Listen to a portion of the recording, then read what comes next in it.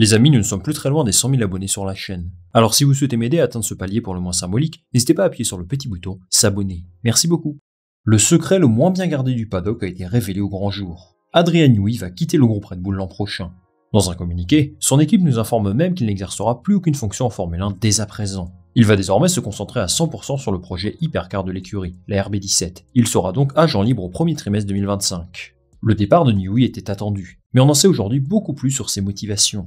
Dans un long texte publié sur le site de Red Bull, il explique que le désir de se réinventer et de relever de nouveaux défis a toujours été une force motrice dans sa carrière. Il ajoute que son départ de la Formule 1 n'est pas une fin en soi, mais plutôt un passage à un autre chapitre de sa vie professionnelle. Et pour moi, c'est sans doute le message le plus important de ce communiqué. Newey va mettre la F1 entre parenthèses pendant un an, mais quelque chose me dit que son histoire dans cette discipline est loin d'être terminée. Le départ d'Adrian Newey va avoir de grosses conséquences sur le championnat. J'en ai identifié quelques-unes, qu'on va analyser ensemble tranquillement dans cette vidéo.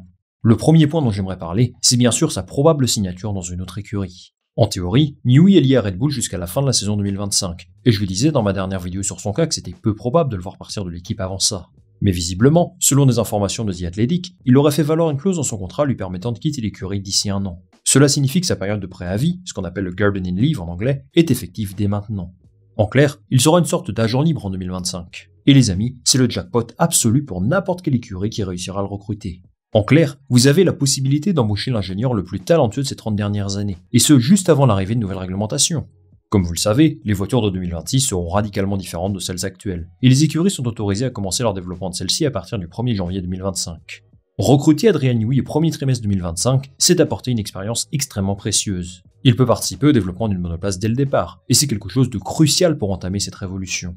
S'il part de Red Bull dès maintenant, c'est certainement avec cet objectif en tête, sinon il aurait pu rester plus longtemps. Je l'imagine donc bien rejoindre une autre écurie sur la grille. Et si vous avez vu la miniature de la vidéo, je pense que vous avez une idée de qui je veux parler. Ferrari a fait d'Adrian Newey sa priorité. Et selon les informations de la Gazzetta dello Sport, Fred Vasseur aurait déjà trouvé un accord avec lui pour qu'il les rejoigne l'an prochain. Je ne sais pas si on se rend compte qu'en 3 mois, Vasseur aura quand même réussi à signer 2 légendes absolues de la Formule 1. C'est un sacré boulot de sa part. Bon, comme d'habitude, tant que rien n'est officiel, gardons les pieds sur terre. Et attendons le communiqué de Ferrari. Tout ce qu'on sait, c'est que Vasseur fait tout son possible pour l'engager. Mais concrètement, quel serait l'apport de quelqu'un comme Newey pour Ferrari? Il y a un article publié par The Race qui explique plutôt bien son rôle assez unique chez Red Bull. Celui qui gère toute la partie technique de l'équipe, c'est Pierre Waché. Son patron c'est Christian Horner et il supervise le développement global de la voiture. Les excellents résultats de Red Bull ces dernières saisons doivent lui être attribués, en partie, et certains affirment même qu'il a une importance encore plus grande qu'Adrian Newey. Sur le papier, Newey est le responsable de la technologie du groupe Red Bull dans son ensemble, pas uniquement la Formule 1. Il est en fait une sorte de super consultant, qui a joué un rôle déterminant ces dernières années. Pour être au sommet des nouvelles réglementations de 2022, il a parfaitement compris quel concept aérodynamique mettre en place. Pas mal de pièces de la voiture ont été imaginées par lui directement, par exemple les suspensions, et si Red Bull a réussi à régler ses problèmes de marsupiage très rapidement, c'est en grande partie grâce à lui. En somme, l'expérience d'Adrian Newey a largement aidé son écurie à dominer cette nouvelle période de réglementation.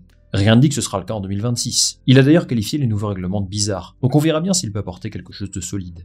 Enfin, travailler pour Ferrari est certainement un bel objectif pour lui, peut-être le dernier de sa carrière. Dans le podcast Beyond the Grid, publié par la Formule 1 en septembre dernier, il disait regretter de n'avoir jamais travaillé avec Lewis Hamilton, et aussi qu'il aurait pu rejoindre la Scuderia à 2 reprises dans sa vie. En rejoignant Maranello, il a l'opportunité de faire d'une pierre 2 coups. Collaborer avec quelqu'un qu'il a toujours admiré et développer la monoplace de l'écurie la plus prestigieuse de la grille. S'il est à la recherche de nouvelles expériences, Ferrari peut lui apporter ce qu'il veut. Il peut remporter des titres avec une nouvelle écurie, la 4e après Red Bull, McLaren et Williams, un salaire mirobolant probablement, et sans doute une plus grande liberté dans la conception de la voiture par rapport à Red Bull. Ferrari est aujourd'hui le projet le plus attrayant de la grille. John Elkann a l'air d'être prêt à mettre beaucoup d'argent sur la table pour retrouver les joies du succès. La signature de Lewis Hamilton le prouve, et bien entendu la prolongation de Charles Leclerc aussi, ce qui donne le duo le plus fort de la grille sur le papier. Donc pour lui, c'est évident que rejoindre Fred Vasseur est la proposition la plus intéressante. Pour Ferrari, Newey pourrait leur apporter ce petit plus qui manque à leur développement aujourd'hui. Je vous parlais tout à l'heure de l'apport de Newey sur les suspensions de la voiture. Eh bien c'est ce genre de détail à droite à gauche de la monoplace qui peut faire gagner quelques millièmes de seconde, ou un petit peu plus d'appui aérodynamique par exemple, je ne sais pas. Si tout s'aligne parfaitement, c'est une signature qui peut transformer une bonne écurie en une excellente écurie. Alors signer pour Ferrari peut sembler totalement évident pour lui, mais il faut tout de même garder à l'esprit que ce serait un sacré changement de vie. Lui habite en Angleterre depuis très longtemps, et passer de Milton Keynes à Maranello, eh bien ce n'est pas exactement la même chose. C'est une culture et une langue différente, et tout le monde n'est pas prêt à sauter le pas. A priori, Aston Martin et McLaren sont aussi dans le coup, et ils ont l'air d'avoir un léger train de retard par rapport à Ferrari. Tout de même, s'il souhaite poursuivre en F1 et conserver son rythme de vie actuel, je n'écarterai pas la possibilité qu'il écoute leurs propositions. Mais à l'heure où je m'enregistre, ce n'est pas la priorité. Quoi qu'il en soit, j'espère personnellement que cette signature va se faire, parce que là Fred Vasseur est en train de construire une équipe d'Avengers qui pourrait faire extrêmement mal à toute la grille. Avec tout ça, on devrait avoir un championnat plus serré. Recruter Newey peut donc apporter un vrai plus à n'importe quelle écurie. Mais croyez-moi, il y a une équipe qui ne se réjouit pas du tout de cette situation. Et je vous parle bien entendu de Red Bull. C'est une autre conséquence dont j'aimerais parler, parce qu'à mon sens, ça peut avoir des effets absolument dévastateurs sur l'écurie autrichienne. En premier lieu, on peut penser que son départ est lié à la lutte de pouvoir entre Christian Horner et le clan Verstappen.